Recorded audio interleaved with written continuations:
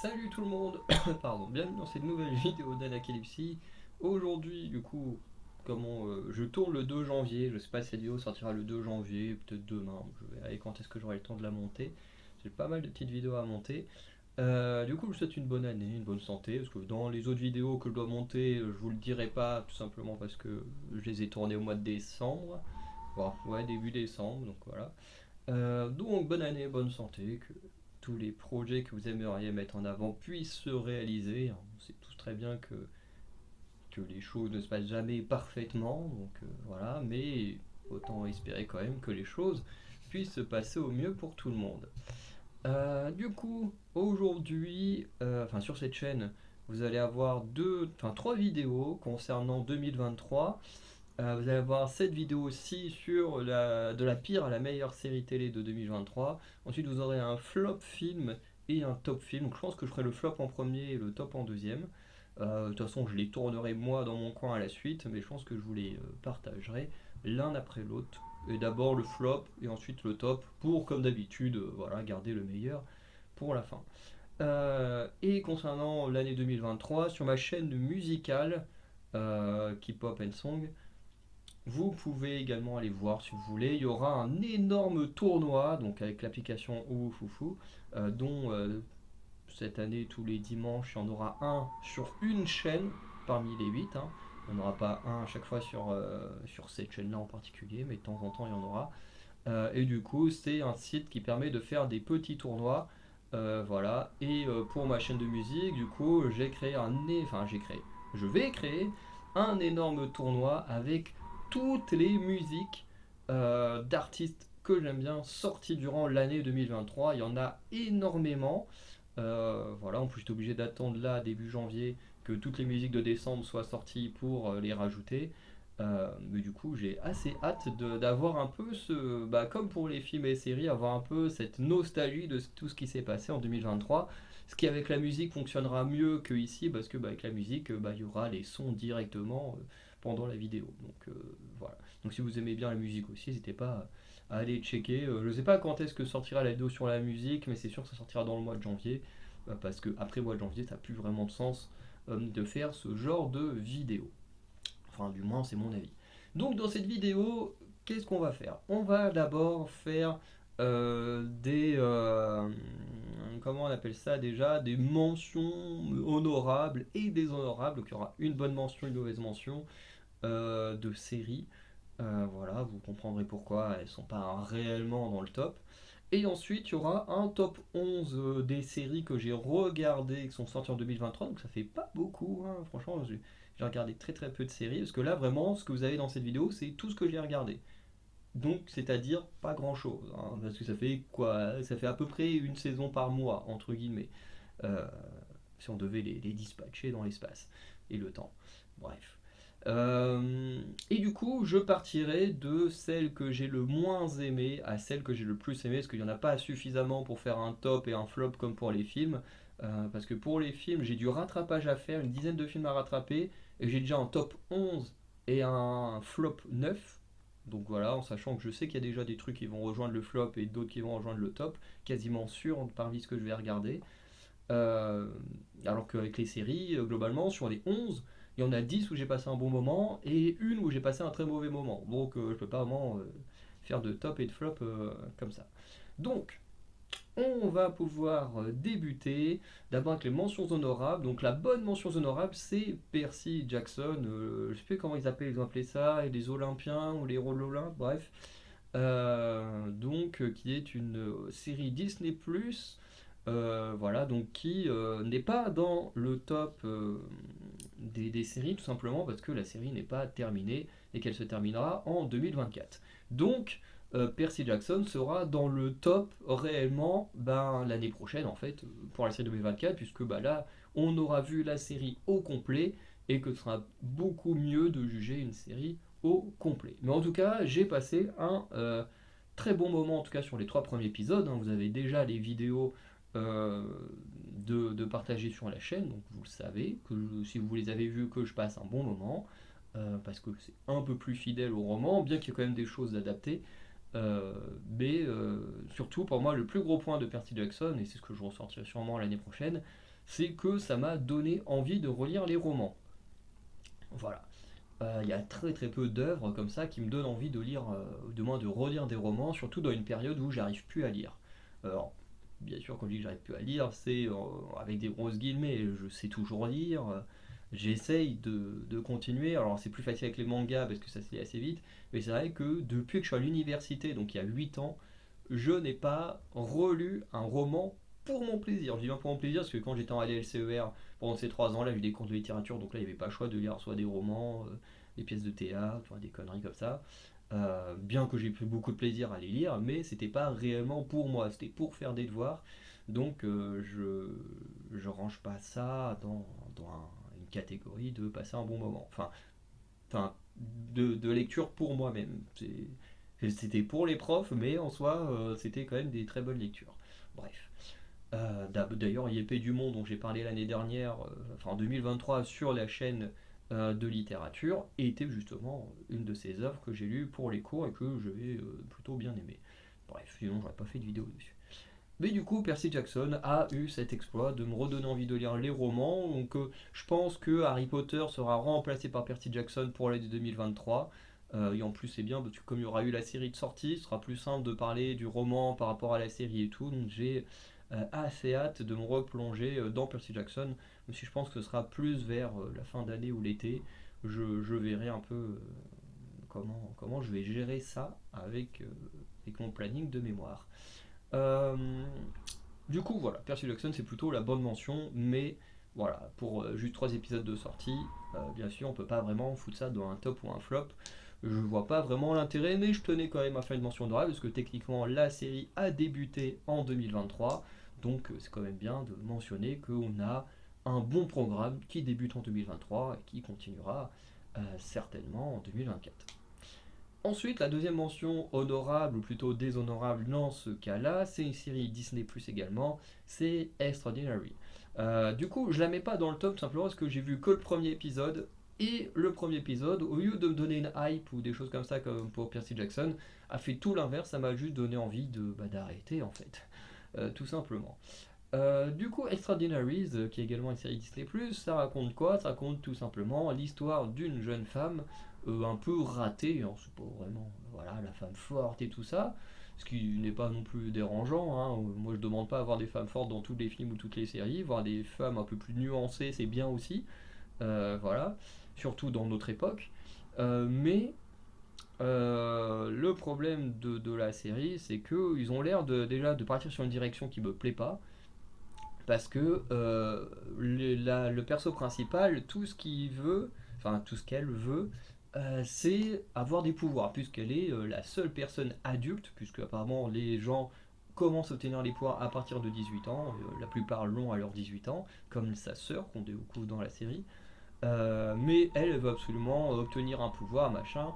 Euh, et, euh, et en fait, le truc, c'est que je trouve ça dommage de partir sur un objectif comme ça, dans le sens où elle pourrait juste vivre des petites aventures et se rendre compte qu'en fait, ce qui la rend unique et ce qui la rend peut-être pas meilleure que les autres, mais quand même si, parce que les autres, ils passent leur temps à se foutre de sa gueule, enfin, se foutre de sa gueule, un peu mal la traiter parce elle est juste sans pouvoir hein, pour beaucoup de gens, par sa meilleure amie. Et du coup, moi je serais plus parti sur une histoire où il se passerait quelque chose qui fait que le fait qu'elle n'ait pas de pouvoir fait qu'elle peut sauver une situation ou quelque chose comme ça.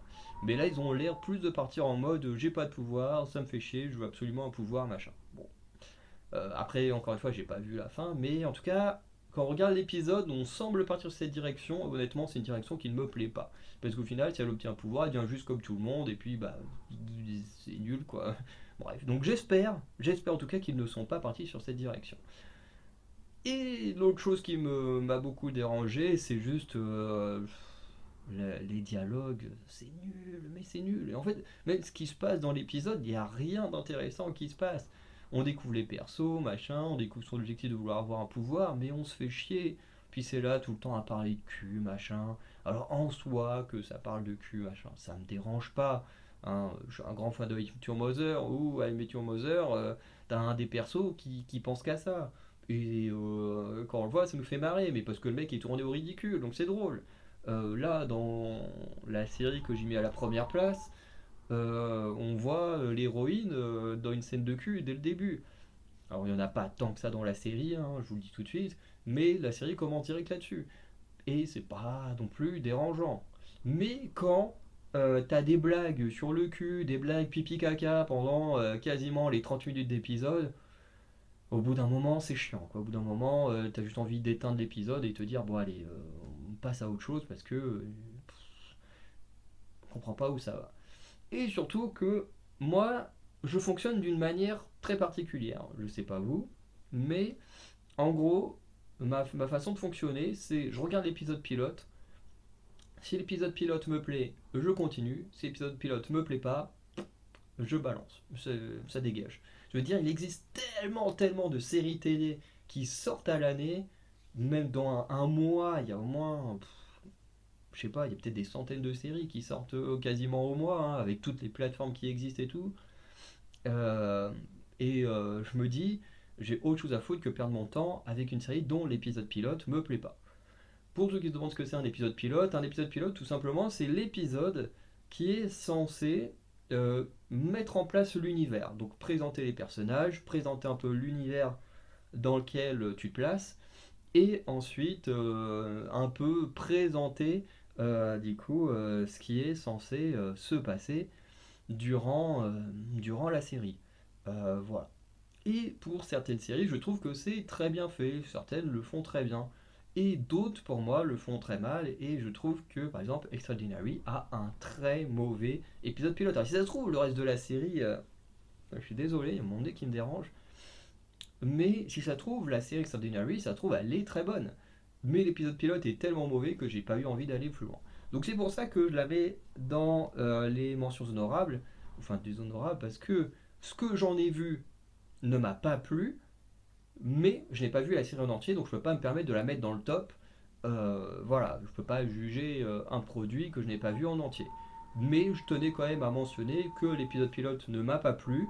Si vous avez vu la série Extraordinaries, n'hésitez pas à me dire en commentaire si elle est vraiment mauvaise et que ça va vraiment dans la direction que je veux pas et que du coup bah voilà je la regarde pas. Si vous l'avez vu, que vous avez adoré, que pour vous il faut quand même la regarder parce qu'elle est vraiment très bien et tout, n'hésitez pas à me le dire. En tout cas moi je l'avais mis dans ma liste parce que la bande annonce était plutôt cool, le propos avait l'air plutôt cool et finalement l'épisode pilote m'a un peu dégoûté. Donc, excusez-moi.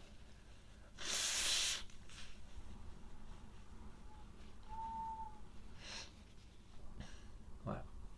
Du coup, on va officiellement commencer le top avec la 11e place, avec tout simplement ceci. Secret Invasion. Et ouais, bah, c'est clairement la pire série que j'ai vue cette année, hein. Euh, Secret Invasion, comme on le voit, c'est un comics Marvel qui est excellent, hein. Le comics, il est excellent, qui parle de l'invasion des Skrulls qui peuvent prendre l'apparence des autres super-héros, et pas que l'apparence, mais également la mémoire et les pouvoirs. Le truc, c'est que dans la série télé, c'est complètement raté. Déjà, la série télé tourne autour de Nick Fury, alors que Secret Invasion, alors le comic que je vous ai montré, parce que dans l'univers Marvel, il y a toujours le comic de base, il y a toujours plein de petits comics autour pour expliquer un peu plus l'univers. C'est ce que le cas notamment d'Original Sin, si je dis pas de bêtises, je crois que c'est comme ça, où j'ai le livre d'origine et j'ai tous les petits trucs qui vont autour qui complètent l'histoire. Bref. Et dans le cas là de Secret Invasion, l'histoire de base tourne beaucoup plus autour de Spider-Woman et notamment d'Iron Man qui a un rôle clé à jouer, notamment Mister Fantastic aussi. Euh, et ici, des gens tournent autour de Nick Fury qui n'a pas une importance méga capitale dans le comics de base, mais tu te dis c'est une adaptation, voilà, tu te dis Infinity War, adapter un comics sans réellement être hyper fidèle, et pourtant Infinity War était un excellent film, donc tu dis on laisse sa chance quand même à la série. Et au final, bah, c'était mieux de ne pas faire confiance à la série parce qu'elle est juste mauvaise. Elle est mauvaise. Et c'est triste de dire ça de Samuel Jackson, qui est un acteur que j'aime beaucoup. Voilà, bon après j'aime pas Emilia Clarke, et elle a été hyper mauvaise dans cette série, hein. Franchement, j'en pouvais plus de la voir, elle est très très mauvaise. Mais juste la série en elle-même est juste mauvaise, hein. De toute façon, je crois que la plupart des gens qui ont vu Secret Invasion ont pas aimé la série, hein. Voilà, même en tant qu'adaptation, bah y a rien qui se passe. En fait, c'est même pas une histoire d'invasion, c'est une histoire de vengeance. Donc à la limite, vous vous rappelez la série Nick Fury contre les extraterrestres, à la limite, ça aurait eu plus de sens que d'appeler ça Secret Invasion, parce que on appelle ça Secret Invasion, mais il n'y a même pas d'invasion, c'est juste des extraterrestres qui font la guerre à des gens contre qui ils ont une haine, et puis voilà. Alors que Secret Invasion, le comics n'a strictement rien à voir. Les extraterrestres, ils sont pas là pour tuer les humains et prendre le royaume des humains par vengeance. En fait, ils le prennent juste parce que eux, ils ont plus vraiment de lieu où vivre. Et ils ont trouvé que la Terre était viable pour eux, donc bah, ils se sont dit, hop là, on prend le contrôle de la Terre parce que bah, on a besoin d'un nouveau lieu où vivre. Là, Secret Invasion, c'est même pas ça, c'est juste le héros qui veut se venger de Nick Fury, qui veut le faire redescendre sur Terre, machin, pour l'affronter. Bon, il fait quand même quelques petits actes terroristes, mais rien à voir avec une invasion, bref. Secret Invasion, pire série de l'année, et voilà, hein, c'est tout. Ensuite, à la 10e place, je placerai Vikings Valhalla saison 2. Euh, je la mets pas plus haut, bien que j'ai passé un bon moment devant, parce que j'ai assez peu de souvenirs de la série en elle-même. Et en fait, de, quand j'essaye de m'en souvenir, je sais pas si les souvenirs que j'ai viennent de la saison 1 ou même si ça vient pas de la saison 6 de Viking. Donc ça pose un petit problème. Parce que j'ai des souvenirs de trucs qui se passent en Russie où ils doivent traverser un espace là, euh, une rivière congelée et tout avant la fonte des eaux. J'ai des souvenirs de ça, mais je sais même pas si c'est quand Ivar était en Russie ou si c'est vraiment dans cette saison 2 de Viking Valhalla. Alors l'histoire de Freya par contre là qui est sur l'île avec les gros tarés et tout, ça par contre je suis quasiment sûr que c'est la saison 2. Mais sinon mes souvenirs sont assez flous. En même temps la série est sortie au mois de janvier 2023, on est en juin 2024, ça fait un an, je l'ai pas revu depuis, donc d'ailleurs il n'y a aucune des séries. Si, il y en a une ici que j'ai vue deux fois, celle qui est classée deuxième. Euh, mais vous comprendrez pourquoi je l'ai placé deuxième plus tard. Mais du coup, Viking Valhalla, le truc c'est que je me souviens avoir passé un bon moment. D'ailleurs, quand je regarde Viking Valhalla, je passe toujours un bon moment. La série, en fait, est bonne quand on la voit en tant que sorte de série un peu fantasy médiévale. Et tu te dis, bon, ok, là, ça fonctionne, c'est une bonne série. Par contre, quand on cherche l'historicité, bon bah là, c'est nul, nul, voilà, ni fait ni à faire. Vikings, la série de base, c'était pareil, hein, la série Vikings, en termes d'historicité, c'est ni fait ni à faire. Il y a tellement de choses qui vont pas. Et moi, ce qui me fait marrer, c'est qu'il y a beaucoup de gens qui se disent fans des Vikings, qui se donnent des faux looks de Vikings, parce qu'ils ont vu la série, ils se disent waouh, les Vikings sont trop classe, j'ai envie d'avoir les mêmes coupes de cheveux, machin. Bon, les Vikings n'ont jamais eu ces coupes de cheveux là, hein. Alors certes, c'est hyper stylé, hein, je veux pas dire, hein. La coupe de Ragnar, elle est hyper stylée, hein. Mais les Vikings n'ont jamais eu ces coupes de cheveux là, hein. Moi, ça me fait marrer quand je vois des gens avec ces coupes là en mode ouais, c'est parce que j'ai regardé Vikings, j'adore le style des Vikings. Je me fais mhm. Alors déjà, il y a des choses qui vont pas parce que quand ils sont sur leur territoire, bah, ce ne sont pas des Vikings. Ça, c'est une des phrases qui m'énerve le plus, que ce soit dans Vikings ou dans Vikings Valhalla. C'est en mode oui, on est des Vikings. Non, fermez vos gueules, vous n'êtes pas des Vikings. Les Vikings, c'est les commerçants qui partent en mer et qui, bon, au bout d'un moment, sont mis à piller et tout ça, hein. Ça, ce sont les Vikings. Ceux qui sont encore en Scandinavie, ce ne sont pas des Vikings, ce sont des paysans, des citoyens, bref. Ça, c'est le truc qui m'a toujours énervé. Oh là là. Quand je les entends parler en tant que peuple, de dire on est des Vikings, alors ça c'est vraiment le truc qui m'énerve le plus. Ça, je supporte pas. Je supporte pas d'entendre ça. Comme j'entends, je supporte pas d'entendre le mot dracard, qui est juste un mot qu'on utilise en France. Nulle part ailleurs on utilise le mot dracard. On l'a juste inventé, on s'est dit voilà, ça c'est le mot de leur bateau. Et non, en fait, les Scandinaves n'ont jamais appelé les bateaux comme ça. Les textes anglais, tout ça, ne parlent pas de dracard. Il y a juste un Français un jour qui s'est dit dans la littérature, je vais appeler ça des dracards. Et puis ensuite, les Français se sont dit, ah ouais, donc leurs bateaux, ce sont des dracards. Ok, les gens sont vraiment cons. Bref. En tout cas, on va pas parler de tous les trucs un peu stupides qui peut tourner, qui peut y avoir chez les gens autour de l'univers des Vikings, mais ouais. En tout cas, c'est les séries, les films, enfin tout ce qui tourne autour des Vikings en général ont tendance à véhiculer des fausses idées. Voilà, hein, les Vikings combattants, tout ça, enfin bref. Voilà. En tout cas, ça n'empêche pas que quand je regarde la série Viking Valhalla, je passe un bon moment.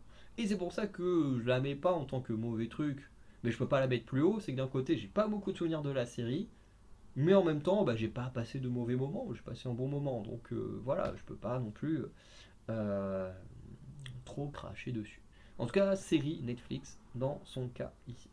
Ensuite, on passe à j'allais dire à la saison 9, à la place numéro 9 avec Futurama saison 11. Du coup, produit par Hulu, si je dis pas de bêtises, oui, produit par Hulu et diffusé sur Disney+, en tout cas pour la France. Parce que je pense que les Américains, eux, c'est juste diffusé sur Hulu. Du coup, Hulu qui est en fait une plateforme qui appartient à Disney+, mais qui est beaucoup plus mature. Voilà, les produits sont beaucoup mieux. Enfin, c'est pas qu'ils sont beaucoup mieux, mais je veux dire, Disney+, c'est tout public. On cherche absolument à faire plaisir à tout le monde, à être le plus... alors j'aime pas le mot woke, parce que ça veut pas dire grand chose, mais entre guillemets, être le plus woke, hein, voilà, plaire à un plus grand nombre de gens. Alors que Hulu va être très différent dans le sens où on va créer des histoires beaucoup plus dures, beaucoup plus parfois plus loufoques, où on va aussi utiliser un vocabulaire un peu plus trash. Voilà, notamment on a cette saison 11 de Futurama, je pense à The Great, alors j'ai pas regardé la saison 3 du coup qui est sortie en 2023, donc j'en parlerai pas, mais la saison 1 et 2 c'est trop bien, voilà, c'est du Hulu, il y a eu Prey qui a été diffusé sur Disney+, qui est très bien également, mais là c'est plus un film.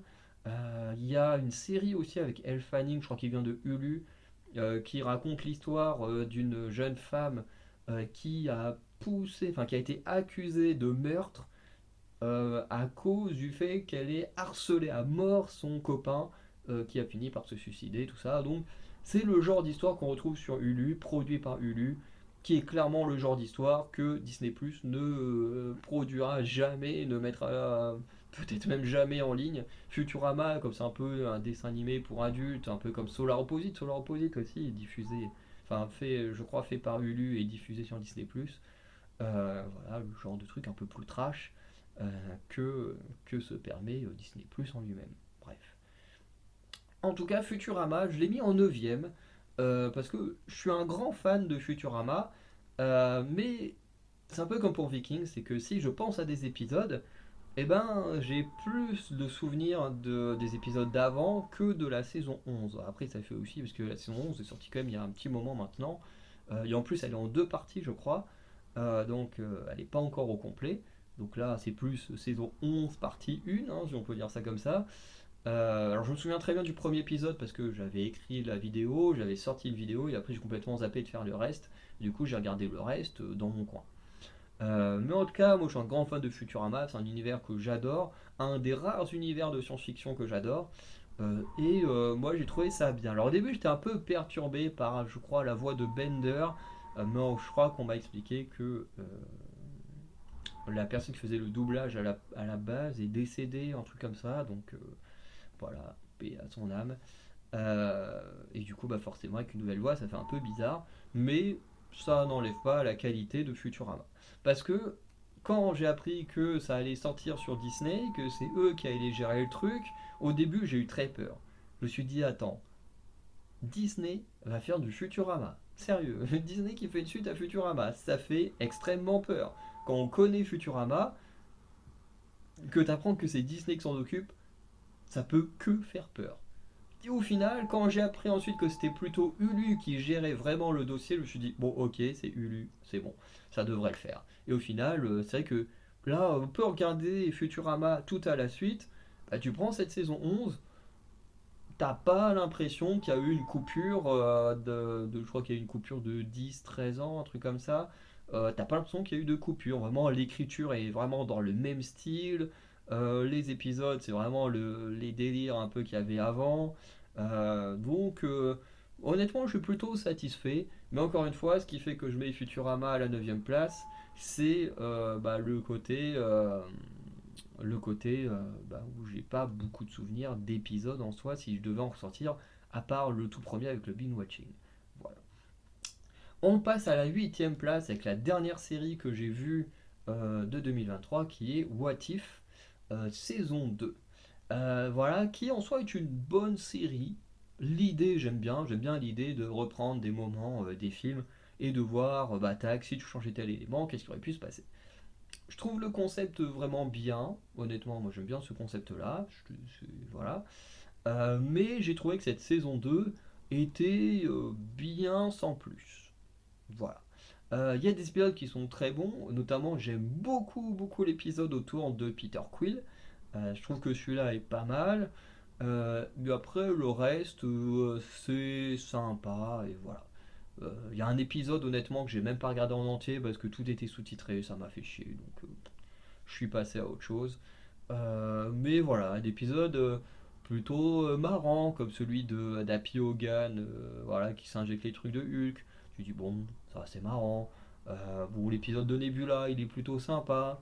Il y a quoi d'autre comme épisode parce qu'il y en a un sur Sharon, plutôt sympa. Celui de Hella est plutôt sympa. Et en fait, ce qui m'a un peu déçu, en vrai, c'est la fin. Parce que, en fait, au lieu d'essayer de construire une nouvelle histoire, on est juste reparti sur l'histoire euh, de la fin de saison 1. Voilà, enfin pas fin saison 1, mais partie de la saison 1, avec notamment l'histoire de Doctor Strange qui a détruit son univers pour retrouver Christine, machin.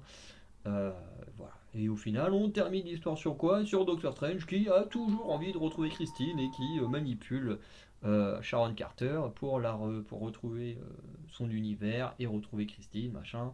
Bref, ça, j'ai trouvé ça décevant parce que la fin de la saison 1 avec cet Ultron quasi omniscient, machin, qui arrive même à pénétrer dans le domaine du gardien, si j'ai bonne mémoire, tu te dis, waouh, là, il y avait un gros truc, en plus Ultron, tu dis ouais, ça c'est génial. Là, c'était nul.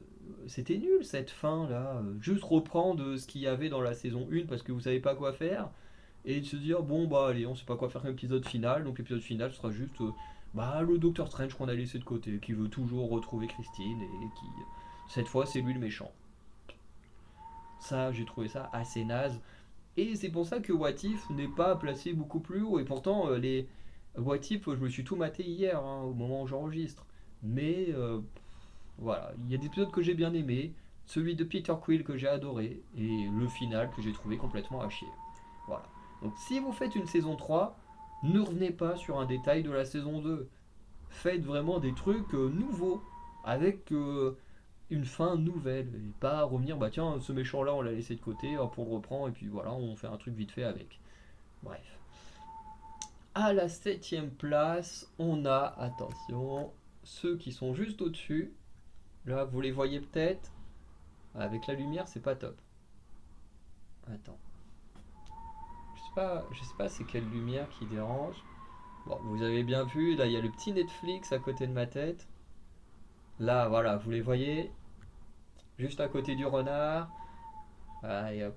Et oui, on passe à la 7e place avec One Piece saison 1. One Piece, voilà, que j'ai chroniqué sur cette chaîne, avec peu de retard sur certains épisodes. Euh, donc, série Netflix, hein, de toute façon on voit toujours le petit Netflix en haut là, au-dessus de ma tête. Qui du coup est une bonne série, honnêtement. Quand le projet a été annoncé, j'ai eu un peu peur. Je me suis dit, qu'est-ce qu'ils vont nous faire? À quoi ça va ressembler? Euh, Et dans la globalité, je trouve que ça passe bien. Alors, je le mets septième parce que il y a des choses qui vont pas et il y a des choses qui vont bien. D'un côté, je trouve que la réadaptation de l'univers d'Is Blue est plutôt pas mal. Honnêtement, j'ai bien aimé comment ils ont réadapté. La plupart des personnages fonctionnent très bien. Zoro, il fonctionne très bien. Sonji, qui est mon préféré de l'équipage, il est génial. Emily Rudd, dans le rôle de Nami, elle est parfaite, hein. Après, j'aime beaucoup Emily Rudd et j'aime beaucoup le personnage de Nami. Donc bon, je suis pas non plus le plus objectif. Après, Usopp, ça passe. Voilà, j'espère qu'il sera mieux travaillé par la suite. Après, les deux problèmes que j'ai, c'est Luffy. D'un côté, en fait, quand tu vois l'acteur, on ressent bien Luffy, on ressent bien l'essence du personnage de Luffy, mais il y a des moments où il me met hyper mal à l'aise. Je suis hyper mal à l'aise par moments avec lui. Parce que Luffy, c'est pas vraiment un mec qui sourit comme un débile. Là, le mec a vraiment l'air débile, il fait même peur, tellement il a l'air con par moments. Alors que Luffy, c'est pas ça, c'est juste quelqu'un qui réagit à l'instinct et qui, bah, voilà, il se retrouve dans des situations un peu particulières. Que là, le mec a juste l'air débile. Avec des petits soupçons d'intelligence par moment, hein, chose que Luffy n'a pas très très souvent, beaucoup moins souvent. Mais voilà, je trouve que l'adaptation du personnage de Luffy, au niveau des pouvoirs, ça marche bien. Par contre, au niveau de l'acteur, j'ai du mal. Voilà, je suis honnête, j'ai du mal avec l'acteur qui joue Luffy. Voilà. Moi, honnêtement, il me met plus mal à l'aise qu'autre chose par moment. Et il me met bien plus souvent mal à l'aise qu'autre chose. Bref. En ce qui concerne un autre problème, c'est Garp.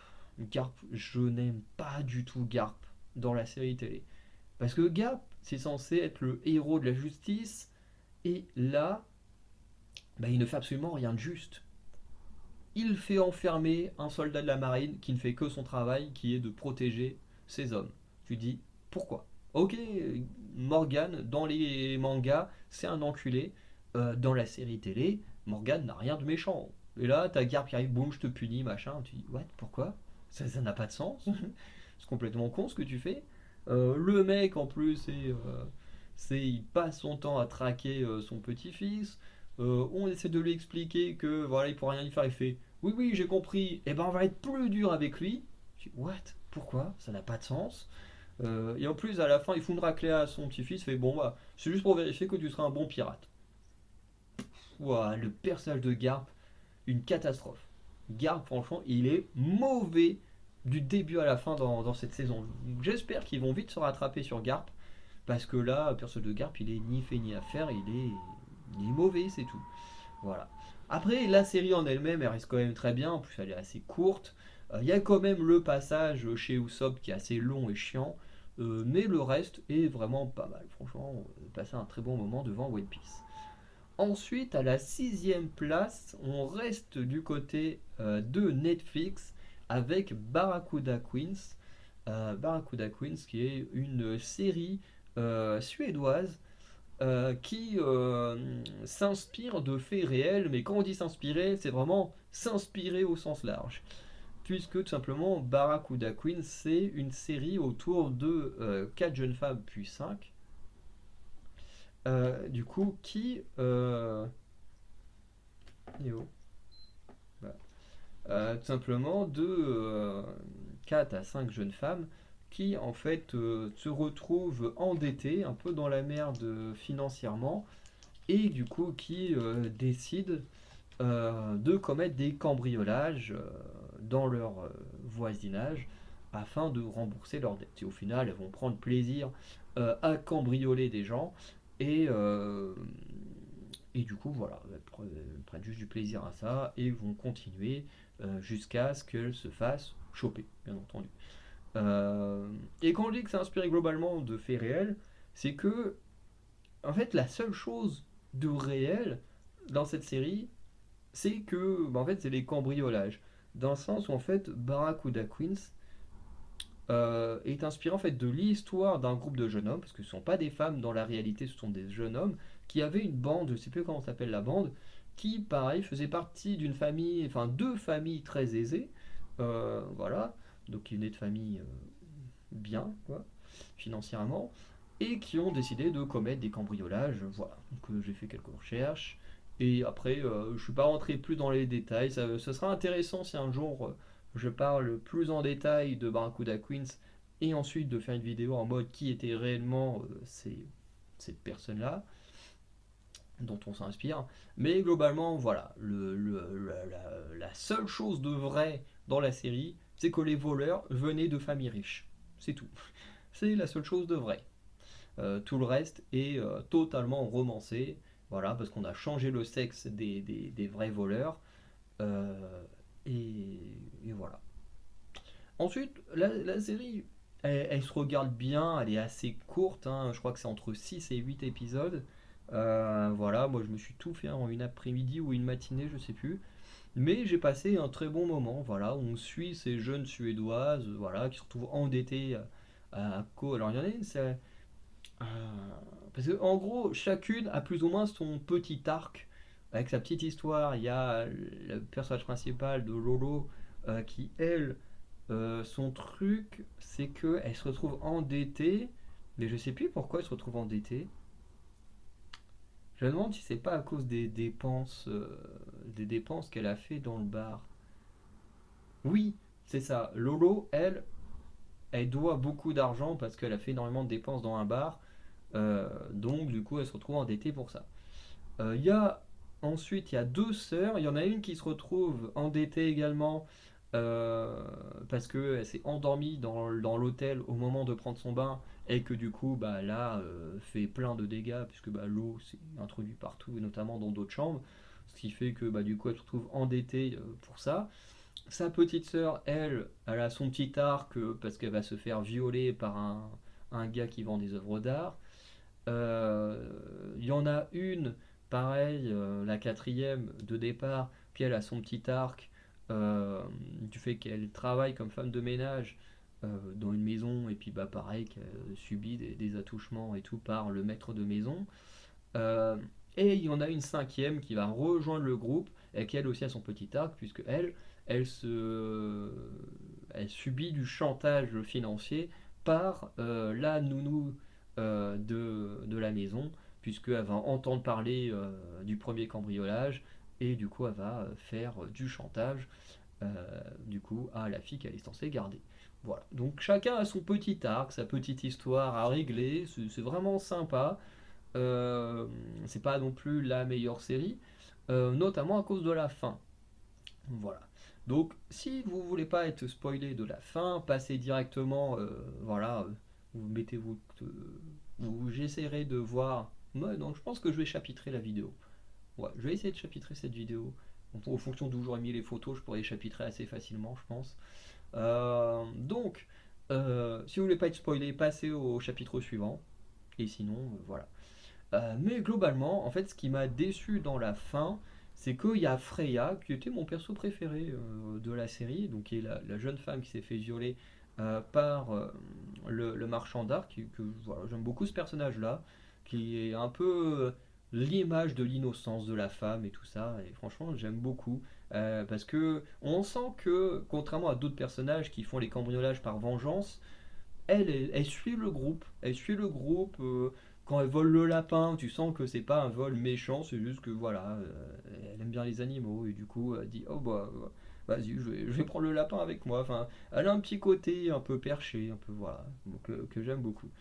Mais le truc c'est que en fait, elle va quand même garder des objets de chaque cambriolage dans sa maison, dans une petite boîte un peu comme des sortes de trophées, voilà, même si elle n'a pas cet aspect vengeance comme d'autres, hein, comme Lolo ou la femme de ménage, enfin quand je dis femme de ménage, elle est extrêmement jeune, hein, parce que ce sont toutes des jeunes femmes, mais voilà. Euh, et, euh, et en fait, le truc c'est que elles se font arrêter euh, quand la police commence à comprendre que les cinq filles-là sont liées au cambriolage et tout. Mais la police ne trouve jamais tout ce qui a été volé. Puisque tout simplement ils ont mis ça dans une sorte de petit garage qui appartenait au cousin de Lolo, l'héroïne. Mais du coup, quand la mère va comprendre que sa fille a commis le cambriolage et tout, en fait, elle va l'aider parce que ce sont des familles riches. Il faudrait surtout pas que le monde sache que une famille riche a une enfant cambrioleuse, une criminelle, donc elle va aider à faire disparaître tous les objets avant que la police vienne avec un mandat pour fouiller la maison du cousin. Et, euh, et du coup, ce qui fait que les 5 filles sont relâchées, et quand elles sont relâchées, il y a un cambriolage qui se fait justement dans la maison de Freya et sa sœur.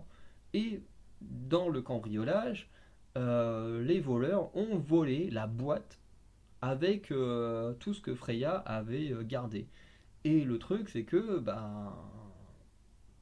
en fait, quand la police chope les cambrioleurs, parce qu'en fait, le père des deux sœurs, en fait, il voit les cambrioleurs, il appelle la police, boum, ils sont chopés avec tout ce qu'ils avaient volé. Euh, et le truc, c'est que la police, qu'est-ce qu'ils vont faire eux? Ils vont se dire, bon, ok, on a retrouvé dans votre camion une boîte avec des objets de tous les cambriolages sur lesquels on enquête, donc vous êtes le coupable. Et tu dis, what? Tu dis quoi? Sérieux? Le mec, il vient de voler la maison d'une des suspectes des cambrioleurs, enfin des cambriolages, et vous vous dites pas que les mecs ont volé ça dans la maison de la cambrioleuse, que ça appartient à l'une des meufs que vous venez de suspecter et d'interroger. Non, la flic, elle est en mode, ok, c'est vous. C'est c'est vous. Vous avez volé, vous avez ça dans votre camion, vous êtes coupable, machin. Et les meufs, elles s'en sortent tranquilles. Je me suis dit, mais c'est quoi cette fin? D'ailleurs, il y a un autre détail qui est dérangeant, c'est que Lolo, elle s'est pris une balle. Bon, je crois que la balle a effleuré, du coup elle saigne un peu, mais elle a pas de trou ou quoi que ce soit, hein. Mais la meuf, elle se prend une balle, elle se fait interroger par les flics. À aucun moment, les flics demandent d'où vient sa blessure. La meuf, elle est pleine de sang quand elle se fait arrêter. Et non, à aucun moment, ils sont en mode en train de poser des questions sur sa blessure. Rien à foutre. Tu te dis, mais what the fuck? Et, et ouais. Et c'est pour ça que la série n'est pas plus haut placée, parce qu'il y a des petits défauts d'écriture. Honnêtement, si vous voulez voir un truc comme ça, alors ça me fait penser un peu à comment ça s'appelait ce film, recherché dans les films d'Emma Watson. Elle avait fait un film où justement ça prenait également des histoires vraies d'un groupe de jeunes qui avaient cambriolé des stars et tout pour se faire du fric. Euh, si vous aimez bien ce genre d'histoire, c'est un peu la même chose. Également tiré d'histoire vraie, hein, sauf que là ça vole les voisins. Voilà. Des voisins riches quand même, mais des voisins. Mais voilà, vous verrez que la série, bien qu'elle est assez cool, hein, les 5 femmes qu'on suit pendant l'histoire sont vraiment très cool, mais il y a des petits défauts d'écriture. Voilà, notamment ce défaut d'écriture sur la balle que se prend Lolo et qu'à aucun moment la police ne cherche à savoir qui lui a tiré dessus. Euh, et également ce défaut à la fin où les 5 femmes sont relâchées et que d'autres sont accusées alors qu'il y a zéro preuve, il n'y a même pas d'ali. Enfin, les mecs, ils n'ont pas de raison d'avoir cambriolé toutes ces personnes-là. Alors que pendant tout le dernier épisode, t'as la police en mode, en train d'être en mode, oui, elle a travaillé dans telle maison qui a été cambriolée. On a retrouvé des objets de cette maison dans une autre, enfin, où la bonne de l'autre maison, d'une des amies, a vendu les objets, machin. Enfin, tu dis, ils ont toutes les preuves contre les filles, et juste parce que d'autres cambrioleurs ont volé les cambrioleuses, et qu'ils avaient des objets venant des autres cambriolages, hop, ils sont arrêtés. Je me dis, mais what the fuck, cette fin, elle est horrible. Surtout que la série commençait d'une manière, mais parfaite pour moi, parce que la série a commencé avec les meufs qui se font interroger. Tu découvres d'abord les 4 premières filles qui se font interroger, pour donner du suspense sur le fait qu'il y en aura une cinquième. Et du coup, tu vois les 4 filles qui sont interrogées, et tu dis, ok, donc on va suivre l'histoire des filles qui se sont fait arrêter, et on terminera sûrement l'histoire sur leur peine, peut-être un petit procès, machin, comme c'était terminé le film avec Emma Watson, dont je me souviens plus du nom. Mais même pas, même pas. Si ça avait été ça, la série, j'aurais classé beaucoup plus haut. Mais là, non. En gros, on essaye de dire au début, ouais, vous allez regarder l'histoire de meufs qui vont se faire arrêter et finir en prison. Et en fait, non. Ça se termine pas du tout comme ça, et la fin m'a déçu. La fin m'a déçu. Bref. Après, ça laisse une porte ouverte pour une saison 2 avec d'autres cambriolages, peut-être ailleurs, mais mais la fin est décevante. Bref. Ensuite, à la cinquième place, on a Loki saison 2. Loki saison 2, qui est une série que j'ai bien aimée également, qui est vraiment pas mal, mais que je trouve moins bonne que la saison 1. La saison 1 de Loki était beaucoup mieux que la 2. D'ailleurs, la saison 2, je crois que j'ai dû faire une vidéo dessus, hein. Peut-être une vidéo globale sur la saison en elle-même, je sais plus. Mais je crois que j'ai fait une vidéo sur Loki. Bref. Mais Loki, globalement, c'est une série qui est plutôt bonne. On a Loki dans le TVA qui fait ces sortes de voyages temporels non contrôlés au début. Euh, et voilà, qui doit sauver le TVA, machin, qui finit. Ouais, si, j'ai vraiment fait une vidéo, je me souviens des photos que j'ai récupérées sur internet. Euh, et du coup, voilà, qui va vouloir sauver TVA, sauver les univers. Et globalement, voilà, vous pourrez aller voir la vidéo que j'ai faite dessus, hein. J'ai regardé quand même, mais je crois que j'en ai vraiment fait une. Mais en soi, la série, elle est bonne, je pense, jusqu'à la fin. Le dernier épisode, pareil, est assez décevant. Euh, il se passe des choses, franchement, qui sont pas hyper intéressantes. Ça tourne beaucoup en rond. Moi, vous savez, ce genre d'épisode où on passe son temps à revenir en arrière pour rechanger les trucs et tout, c'est des choses, moi, que j'ai pas envie, que j'ai pas forcément envie de voir, honnêtement. Donc voilà. Alors, attendez, je regarde vite fait. Je vais aller sur ma. Tac, afficher votre chaîne. D'ailleurs, la chaîne cinéma qui a fait la plus grosse progression de toutes mes chaînes, hein. Donc je vous en remercie parce que c'est ma chaîne avec le plus d'abonnés aujourd'hui. Alors qu'avant c'était forcément ma chaîne principale. Aujourd'hui, avec la chaîne cinéma, on a atteint les 80 abonnés. Donc on a dépassé la chaîne koh Pékin Express avant la fin d'année. Enfin, quoique, même là, parce que le 31 décembre, on était encore 79 abonnés, contre 76 pour la chaîne principale. Donc là, on est passé à 80 abonnés, je vous en remercie. Voilà, moi tout ce que je veux vérifier, c'est ce que j'ai bien fait une vidéo sur Loki. Parce que si j'en ai pas fait, autant rentrer un peu plus en détail. Si je l'ai déjà faite, autant que je vous laisse. Ouais, c'est ça, Loki saison 2, il y a un mois. Sorti il n'y a pas si longtemps que ça. Donc voilà, je vais pas rentrer du coup plus en détail dessus. N'hésitez pas à aller checker ma vidéo sur Loki. En tout cas, dans la globalité, j'ai trouvé que c'était vraiment bien. Mais il y a des petits détails, honnêtement, que j'ai pas aimé, notamment dans les derniers épisodes, je me suis vraiment ennuyé. Voilà. Après, la fin, la toute fin, elle est plutôt stylée, mais le reste, franchement, je me suis un peu ennuyé par moment. Voilà. À la quatrième place, on a Solar Opposite saison 4. Solar Opposite, qui est une série que j'aime énormément, une de mes séries d'animation préférées avec Futurama. Du coup, j'ai oublié de préciser Barracuda Queens, Netflix, Loki saison 2 Disney+, et du coup Solar Opposite également Disney+, mais je crois produit par Hulu. Euh, Si je ne dis pas de bêtises, hein, je préfère vérifier, mais vu le style de Solar Opposite, pour moi ça peut être que du Hulu et pas du Disney. Euh, voilà. Oui, sur Hulu, voilà. Donc nous on l'a sur Disney Plus parce qu'on est en France, mais techniquement c'est du Hulu. Du coup, Solar Opposite, qui raconte du coup l'histoire d'extraterrestres qui se trouvent sur Terre et qui doivent terraformer la Terre afin de vivre, de redonner un peu vie à leur peuple. Bref. Du coup, c'est une série qui est vraiment géniale, hein. On est un peu sur une critique de la société humaine à travers des extraterrestres, ce qui est vraiment très très cool. Et du coup, durant cette saison 4, on va continuer à suivre ce qui se passe parmi la famille de Corvo. Voilà, avec cette envie de terraformer la Terre ou de quitter la Terre. Voilà, parce que pendant longtemps, Corvo voulait juste réparer le vaisseau pour quitter la Terre, tellement, comme il le dit dans le générique à chaque fois, que cette planète est à chier, et il n'a pas tort.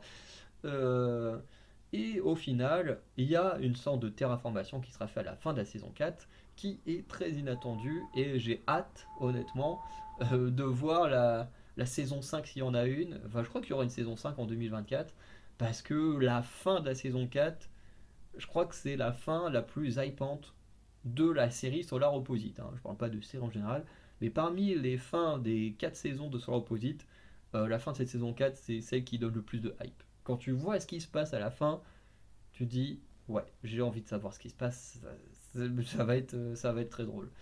Ensuite, on continue de voir ce qui se passe dans le mur, puisque les personnages ont le pouvoir euh, en gros, de rétrécir les êtres humains et les ont enfermés dans ce qu'on appelle le mur. Voilà, et du coup, il y a toute une société qui s'est créée dans ce mur depuis la saison 1. Il s'est passé plein de choses. Avec d'abord le règne du duc, je crois qu'il se faisait appeler le duc le premier. Ensuite, on a eu le règne de celui qui l'a destitué. Et ensuite, là, dans cette saison 4, c'est plus le règne d'une sorte d'église un peu particulière, avec une tarée à la tête de l'église. Euh, et comme toujours, il y a du conflit, et les gens essayent de s'en sortir à travers cette société qu'il y a dans le mur, qui est hyper intéressante. Et on suit également l'histoire d'un des voisins de Corvo et sa famille, qui avait été projeté dans l'espace, je sais plus pour quelle raison, et qui du coup se démerde pour survivre dans l'espace. Et ses aventures sont plutôt cool, on le voit atterrir sur une planète un peu bizarre, il a eu une partie avec une sorte de police galactique.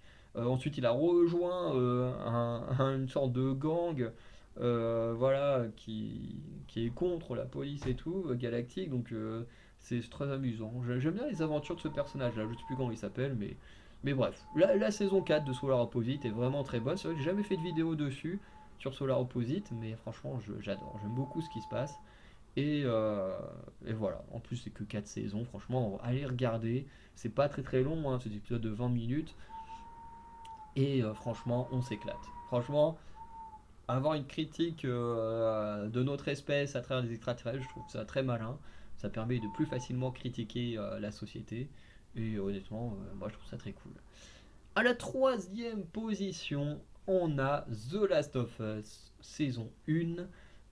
Voilà, adaptation de mon jeu vidéo préféré, même si j'ai peut-être une petite préférence pour The Last of Us Partie 2, mais bon, ça n'empêche pas que The Last of Us Partie 1 est un de mes jeux préférés également.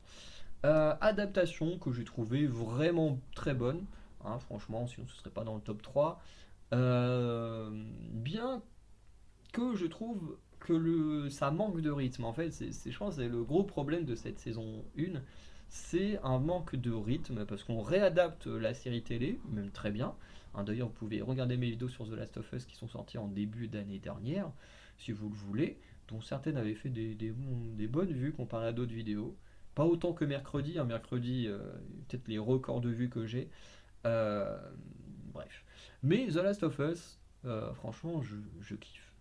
Je kiffe parce que on plonge un peu plus dans les histoires d'un univers que j'aime beaucoup. Les acteurs et tout, ils fonctionnent très bien. Pedro Pascal, il est génial. Bella Ramsey, elle fonctionne très bien en Ellie. Voilà. On a beaucoup qui ont critiqué son physique, on s'en bat les couilles, hein. Franchement, elle est très très bien. Je veux dire, le principal dans une adaptation, c'est pas que physiquement tu sois comme deux gouttes d'eau au personnage, mais que tu reconnaissent le personnage à travers l'acting. Et là, Ellie, tu la reconnais très bien à travers le jeu de Bella Ramsey. D'ailleurs, The Last of Us, le début, j'ai vu deux fois le début, parce que j'avais commencé à revoir avec ma mère, et ensuite, comme j'habite pas tout le temps avec ma mère, forcément après, elle s'est débrouillée pour garder la suite. Mais du coup, je crois que c'est les deux premiers épisodes que j'ai dû regarder avec ma mère, et ensuite, voilà, pendant un petit week-end où j'étais là-bas. Et du coup, moi, j'ai pas été trop choqué par l'adaptation. Il y en a qui détestent l'épisode 3, bon, je trouve pas dérangeant. Voilà, bon, c'est sûr que d'un côté, ça enlève tout le côté incroyable qu'on a dans le jeu vidéo, où tu es dans la ville de Bill, que tu dois survivre et tout. Mais en même temps, l'adaptation est intelligente parce que on a déjà passé une partie du jeu où ils ont remplacé le fait que Joël et Tess recherchent des armes, ils l'ont remplacé par le fait de rechercher une batterie pour quitter la ville. Mais le fait de quitter la ville et tout, c'est déjà l'objectif qu'il y a quand ils vont dans la ville de Bill. Donc en fait, ça aurait juste fait une Reddit, hein, voilà, dans l'épisode 2, on recherche une batterie pour une voiture, épisode 3, on recherche une batterie pour une voiture, enfin bref, ça aurait été exactement la même chose. Ça n'aurait pas été vraiment intéressant. Donc, ils ont changé l'histoire. Bon, voilà, ça plaît à certains, ça plaît pas à certains, c'est comme ça. Après, sur le reste, j'ai beaucoup aimé. J'ai surtout kiffé les épisodes avec Henry et son frère, qui sont géniaux. Et en même temps, la série m'a beaucoup donné envie de rejouer au jeu. J'avoue que j'y ai pas rejoué depuis, parce que si je me suis refait enfin, je vais repris Left Behind, il faudrait que je le termine, parce que c'est le seul que j'ai pas fait deux fois. Donc quand même, tout remettre au niveau. Et ensuite, je referai le jeu, mais correctement. C'est-à-dire, je ferai The Last of Us Partie 1 jusqu'au 3 quarts. Ensuite, je ferai Left Behind. Je finirai The Last of Us Partie 1, parce que Left Behind se place à peu près aux 3 quarts de partie 1. Ensuite, je me referai la partie 2. Euh, bref. Mais d'ailleurs, quand j'ai un de mes amis qui a débuté The Last of Us, qui a joué pour la première fois l'année dernière, et je lui ai dit, si, parce qu'il avait acheté un pack et dedans il y avait le DLC, je lui ai dit, le DLC joue-le à tel moment, tu verras, ce sera mieux que le faire après le 1. Et apparemment, effectivement, ça marche beaucoup mieux. Donc, si vous voulez jouer à The Last of Us, si vous avez partie 1, partie 2 et le DLC, jouez le DLC au moment où Joël il se fait blesser là au niveau du ventre et que Ellie doit le soigner. Voilà, reprenez juste ici. Donc juste avant la rencontre avec l'autre taré, là j'ai oublié son nom, là, qui gère le... Alors ils en ont fait des cannibales dans... Bon non, de toute façon ils sont juste cannibales à la base, hein. C'est juste que ça fait un petit moment que j'ai pas rejoué à The Last of Us Partie 1. Mais bref. En tout cas, la série en elle-même elle est bonne, elle est très bonne. Mais ce que j'aurais à reprocher, c'est vraiment son manque de rythme. Alors effectivement, comme on le dit souvent, The Last of Us, c'est un jeu qui est assez lent et tout. Oui, le jeu est très lent, mais ben, quand on est dans une série télé, on n'est pas dans un jeu vidéo. Et c'est ça qui pose problème. C'est que quand on adapte quelque chose, que ce soit un jeu vidéo, que ce soit un roman, que ce soit un comics, que ce soit un manga, dans tous ces trucs-là, il y a un système de narration particulier. Notamment, le manga, les comics, les BD ont, ou même les webtoons, ont un style narratif particulier du fait qu'ils soient imagés. Forcément, comme tu as les images, on t'explique pas ce qui se passe. Tu le vois toi-même avec les images. Bon, sauf si tu es aveugle. Mais sinon, tu vois ce qui se passe. Donc, on t'explique rien, tu le vois, et les dialogues sont des vrais dialogues. C'est pas juste en mode oh tiens là-bas je vois une plaine avec une forêt derrière. Bref, t'as pas besoin, t'as les dessins qui t'expliquent tout. Ensuite, quand tu as un roman, tu as le temps, tu peux prendre le temps de raconter ce que tu veux parce que bah voilà, quand t'as un roman, t'as des règles à suivre techniquement. T'as ce côté où au début t'es censé présenter ton personnage, ou au moins le personnage principal. Ensuite, il est censé y avoir, paf, un déclenchement, l'aventure avec les péripéties, ensuite le dénouement, la conclusion, ou une ouverture vers une suite. Et en général, les romans se construisent comme ça. Alors souvent, c'est aussi plus souvent sur les romans style fantasy, tout ça, hein. C'est ce que je viens d'écrire, c'est typiquement le genre de façon qu'on écrit un Harry Potter, un Percy Jackson, un Chevalier d'Émeraude, ou ce genre de livre de fantasy. Après, bien sûr, il peut y avoir des écritures différentes, mais très souvent, la littérature euh, se base comme ça. Et moi, personnellement, j'aime bien ce style d'écriture. Euh, ouais, je joue que j'ai pas grand chose de plus à dire. Voilà, donc t'as un style d'écriture particulier et tu peux prendre ton temps pour raconter. C'est pas au mode bah faut que en 100 pages j'écris mon truc ou en 1000 pages. Tu peux prendre ton temps. Et quand tu vois, par exemple, Tolkien, il prenait beaucoup trop son temps à décrire des choses, hein. Moi, j'ai essayé de lire Le Seigneur des Anneaux à 10 ans. J'ai eu envie de me. J'exagère hein, quand je dis que j'ai eu envie de me mettre une balle dans la tête, mais ouais, les descriptions, ça m'a saoulé. Et je crois que d'ailleurs, c'est Seigneur des Anneaux qui m'a pas donné envie d'écrire des grosses descriptions. Je fais que quand j'écris des histoires, je fais des descriptions un peu globales. Et d'ailleurs, ma façon d'écrire, c'est un mixte entre les pièces de théâtre et les romans. C'est vraiment un petit mix des deux, beaucoup de dialogues et un minimum de description pour que l'auteur enfin, le lecteur puisse un peu plus imaginer les scènes. Voilà. Je trouve que c'est pas plus mal qu'il puisse essayer de s'imaginer ce qui se passe. Bref, après c'est mon style d'écriture, c'est comme ça. Et dans un jeu vidéo, c'est pareil. Tu as un style narratif particulier parce que tu dois varier ta narration entre phase de jeu et phase de comment on appelle ça, phase de petite scène d'animation. Merde, comment on appelle ça? Purée, j'ai oublié comment on appelle ça. Bref, vous voyez ce que je veux dire. Ce qui fait que du coup, ta narration, tu dois la raconter d'une manière particulière en prenant en compte les phases de gameplay. Et le truc, c'est que quand tu tournes dans un film ou une série, tu es pris par le temps. C'est-à-dire qu'un film, en général, il dure 1 heure et demie, 2 heures grand max. Certains films peuvent pousser un petit peu plus. Mais en général, un film classique, aujourd'hui, c'est 1 heure et demie. Donc déjà, tu raconter une histoire d'un film en 1 heure et demie, déjà, comparé à ce que tu adaptes, bah déjà, t'as pas le choix de enlever des choses. Donc de prendre uniquement les choses les plus intéressantes. Quand tu es sur une série télé, tu as un peu plus de temps, mais tu es quand même assez limité. Voilà, les séries télé, en général, un épisode, c'est 40 minutes en général. Certains, en fonction du style, voilà, par exemple les sitcoms, tout ça, ça a plus tourné autour de 20 minutes. Des fois, tu en as certaines qui peuvent pousser autour de 30 minutes, mais c'est quand même assez rare. Ensuite, la plupart des séries, enfin l'animation aussi, tourne autour des 20-30 minutes. Après, la plupart des séries tournent autour des 40-50 minutes aujourd'hui. On peut retrouver des épisodes à 50 minutes. On peut retrouver des épisodes à 1 heure de temps en temps.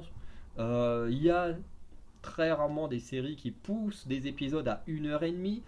Mais le plus général, c'est le 40 minutes. C'est 40 minutes ou 20 minutes pour animation sitcom. Euh, mais du coup, ça limite quand même. Ça limite beaucoup par rapport au produit de base que tu veux adapter. Donc, il faut forcément changer des choses, il faut forcément réadapter des choses, il faut laisser tomber des choses. euh, et il faut aussi un rythme différent. Parce que le rythme, par exemple, dans The Last of Us, est beaucoup géré par les phases de gameplay. Les phases de gameplay sont souvent, bah, du coup, tu as beaucoup d'action, bah, bam, tu te bats. Et dans les phases d'animation, bah, du coup, là, bah, tu attends, on t'explique des choses et tout ça. Euh, et encore, The Last of Us, c'est même plus de l'exploration que de la baston. Et ce qui fait que dans une série télé, tu peux pas te permettre d'être tout le temps aussi lent que dans le jeu vidéo. Tu dois captiver ton audimat. Et pour captiver ton audimat, bah, il faut absolument que bah, tu fasses des choses euh, qui va accrocher ton public. Et pour ça, il faut quand même un peu d'action.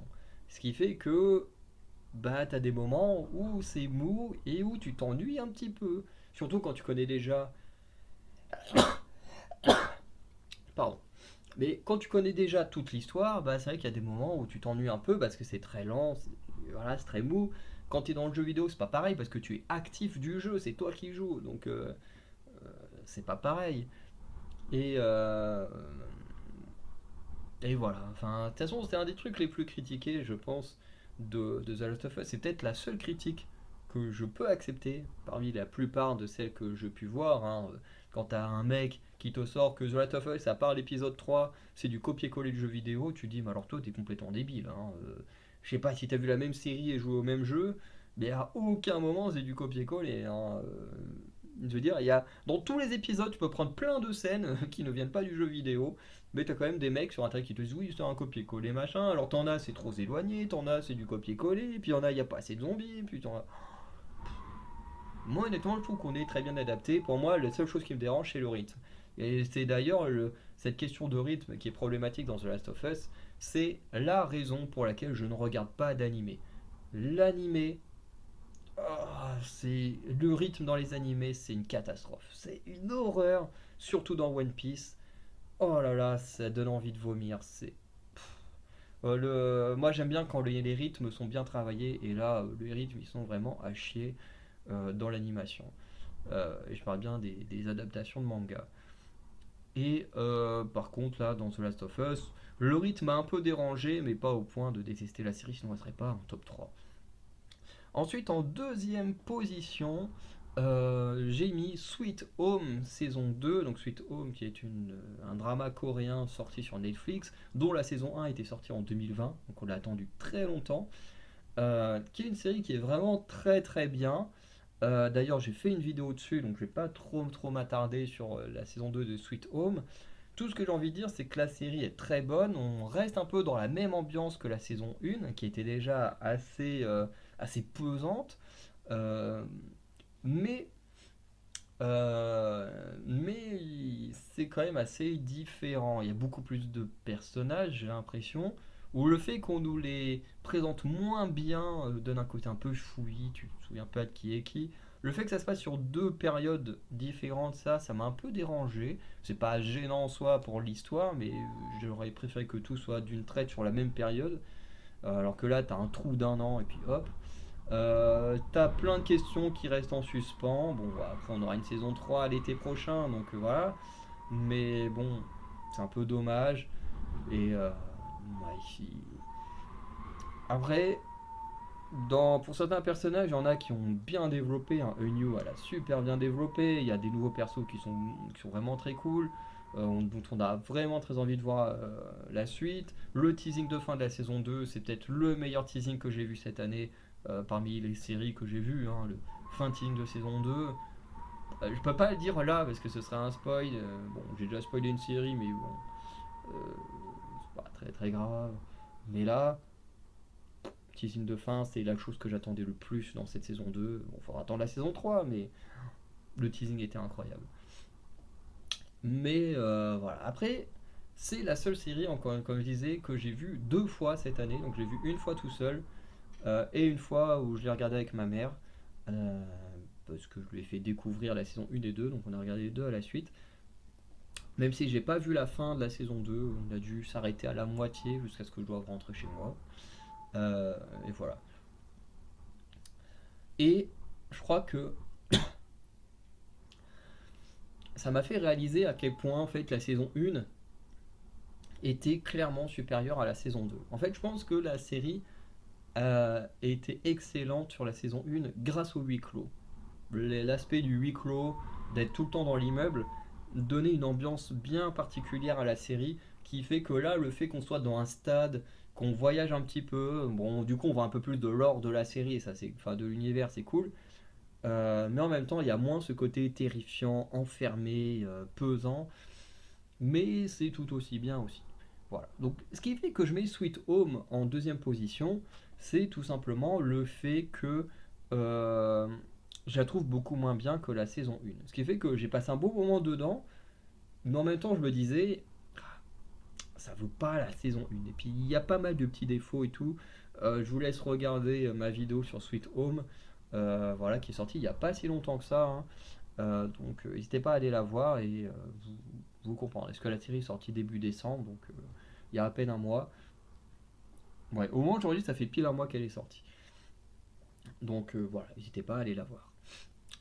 Et à la première position, la série que j'ai préférée cette année, c'est une série Netflix. Voilà, moi qui déteste Netflix, hein, ça fait un peu mal de dire que la meilleure série, enfin pas la meilleure série, mais celle que j'ai préférée vient de chez eux. Ça s'appelle Lydia fait sa loi, qui est tirée d'une histoire vraie et beaucoup plus inspirée que Barracuda Queens. Du coup, Lydia fait sa loi. Ça raconte l'histoire vraie d'une jeune femme qui s'appelle Lydia Poète, qui a vécu au 19e siècle, si je ne dis pas de bêtises, et qui en gros est la première femme avocate d'Italie. Voilà. Donc c'est une femme qui a fait des cours de droit, qui a obtenu son diplôme, qui a au début été acceptée par la cour de la ville dans laquelle elle était, donc je crois que c'est du côté de Turin, un truc comme ça, jusqu'à ce que... alors ça c'est ce qui se passe dans la série, mais notamment ce qui s'est réellement passé, c'est que le procureur du roi, lui, a refusé qu'une femme rejoigne les rangs des avocats, parce que pour lui, c'est pas un métier pour les femmes. Voilà, les femmes ont rien à foutre là, donc bah, il a refusé. Ce qui fait que du coup, Lydia Poète a dû passer par une autre voie. Donc, ce qu'elle a fait, c'est que elle est devenue, euh, en gros, l'assistante de son frère, qui lui aussi était avocat. Et du coup, lui a permis pendant, dans la vraie, enfin, dans la vraie vie, euh, pour la vraie Lydia Poète, ça lui a permis de continuer pendant une trentaine d'années, du coup, d'exercer le droit euh, à travers son frère, puisqu'elle ne pouvait pas le faire d'elle-même.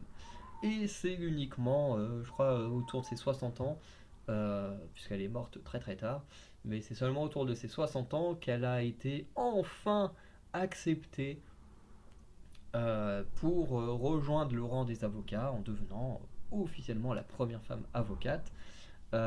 Et voilà, en tout cas, c'est l'histoire de Lydia Poète. Et cette série télé reprend plus ou moins bien ces éléments, dans le sens où, bon, on va pas jusqu'à la fin de sa vie, mais on reprend tous ces éléments. Là, je commence à avoir la gorge sèche, ça fait plus d'une heure que je parle, je suis désolé. Mais on reprend bien les éléments de sa vie, dans le sens où, bah, du coup, on raconte cette histoire de cette femme qui veut devenir avocate, et boum, dès le premier épisode, dès le début du premier épisode, c'est en mode, bah non, vous êtes une femme, vous avez rien à foutre chez nous, hop, vous êtes révoqué du truc des avocats, donc voilà, allez faire autre chose. Voilà, en plus elle a des problèmes d'argent, donc elle doit quitter son appartement et elle se retrouve à vivre chez son frère où elle va réussir à devenir l'associée de son frère. Et au cours de la série, donc je crois qu'il y a 6 ou 8 épisodes, je sais plus, comme pour Barracuda Queen, je sais plus si c'est 6 ou 8 épisodes, je crois plus 8 épisodes, voilà, je sais plus. Et en fait, à travers tous ces petits épisodes, en fait, on suit Lydia Poète qui, en gros, exerce du coup son métier de rêve à travers son frère. Voilà, donc elle défend des différentes personnes contre, bah, pas contre la justice, mais plus ou moins contre des crimes dont on les accuse, et tout ça.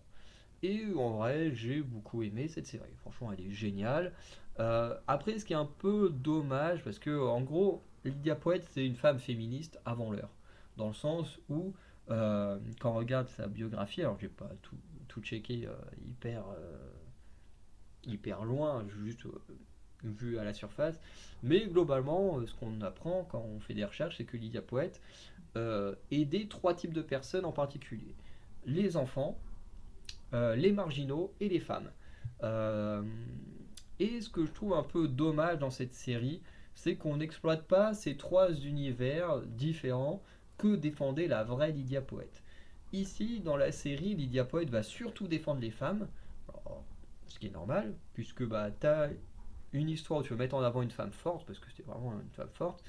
Tu es là dans une série où tu veux mettre en avant une femme forte, et du coup, qui est un très bon moyen de faire du féminisme, hein. Tu veux faire une série féministe, tu prends une femme forte qui existait, bah voilà, tu as une bonne façon d'en faire. Sans avoir à faire des films ou des séries complètement débiles. Euh, voilà, j'ai envie de parler d'un film avec Karen Gillan, qui est une horreur sans nom. Franchement, c'est, c'est même plus du féminisme. Au stade où ils en sont dans ce film, je crois que c'est Gunpowder, Mitchell Gunpowder.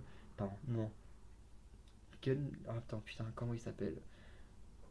C'est un des rares films dans ma vie que j'ai arrêté en plein milieu. Je vais être Karen Gillan. Si je marque Milchek, il va trouver.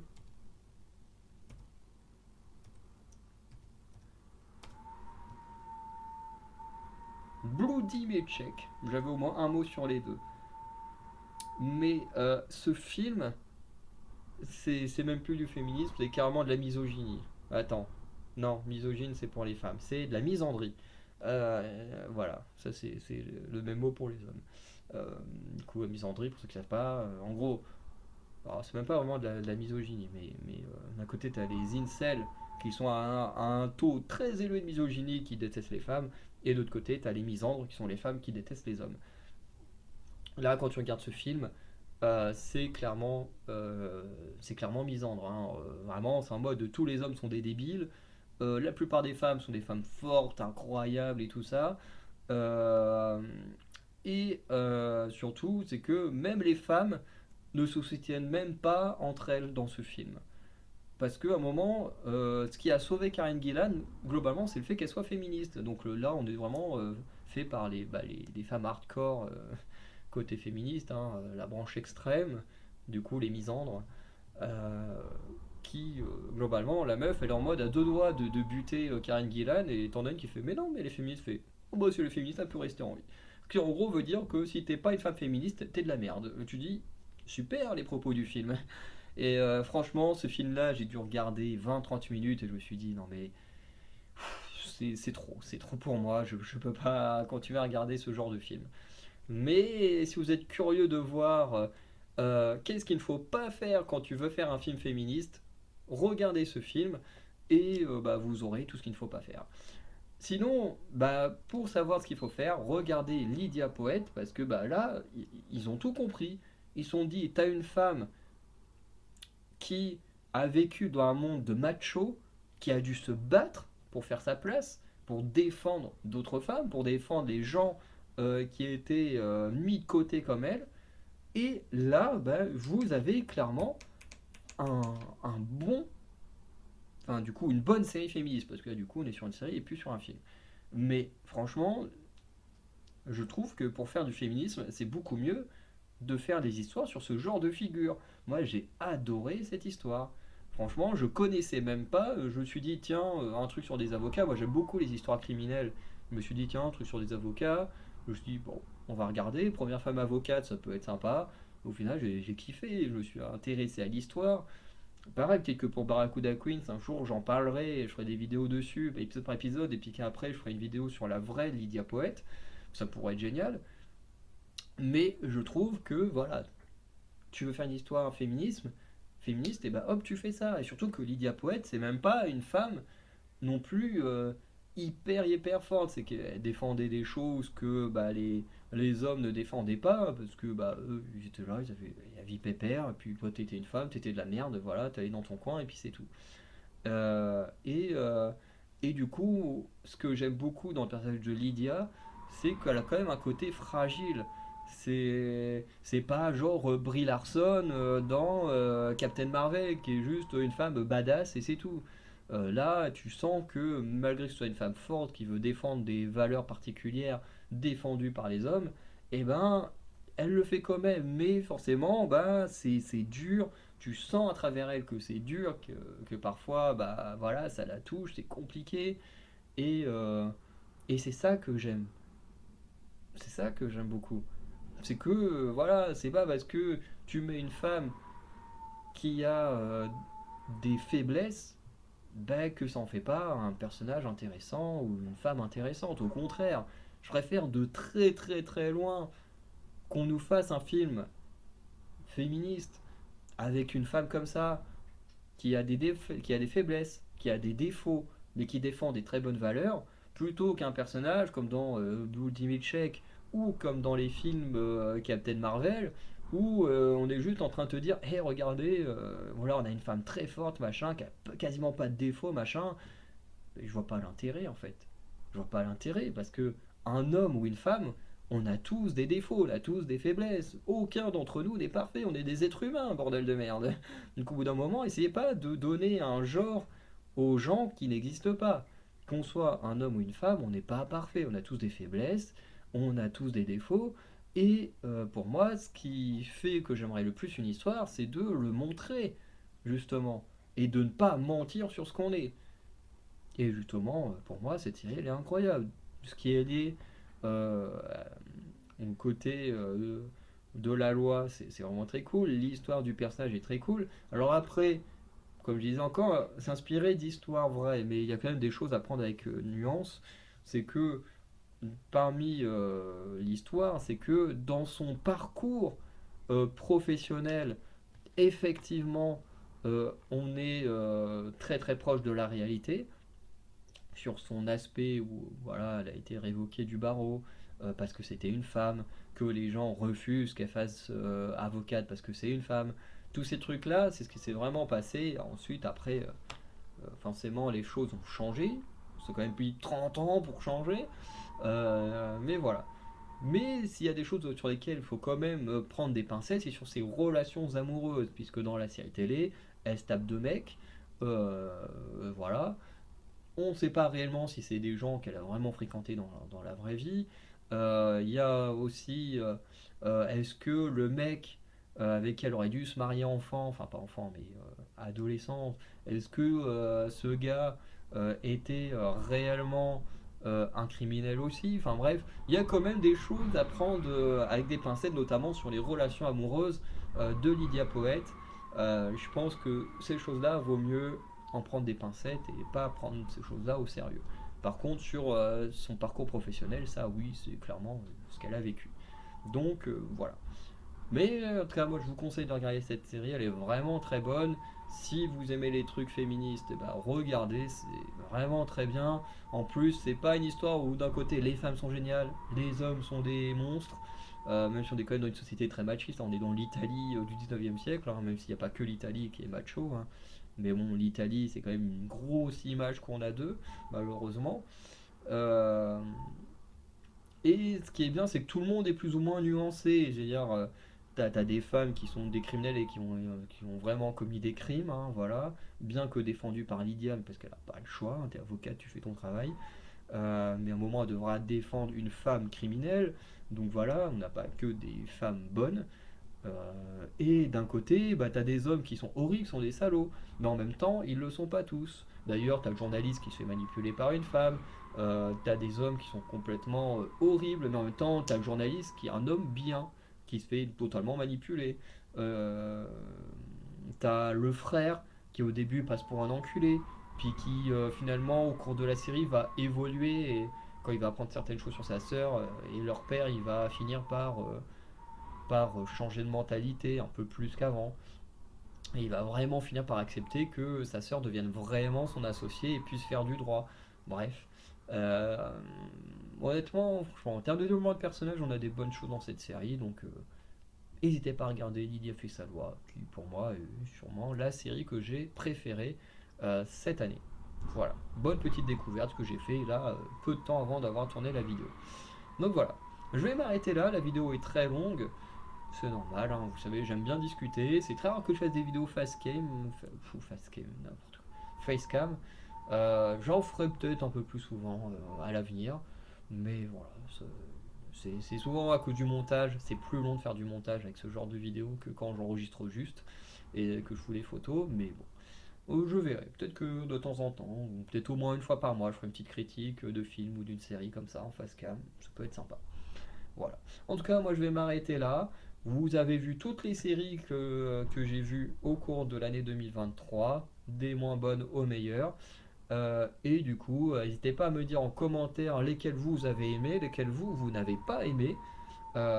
Et du coup, on se dit pardon, à très bientôt pour de nouvelles vidéos et j'espère découvrir à nouveau pas mal de petites pépites côté série télé. Bon, il y aura peut-être des petits ratés, mais je pense qu'il n'y en aura pas beaucoup. Vu comment je sélectionne les séries que je regarde, contrairement aux films, il y a plus de chances qu'il y ait des bonnes choses à parler pour cette année. Voilà. En tout cas, pour l'instant, on va continuer Percy Jackson et on verra ce qui sortira au cours de l'année.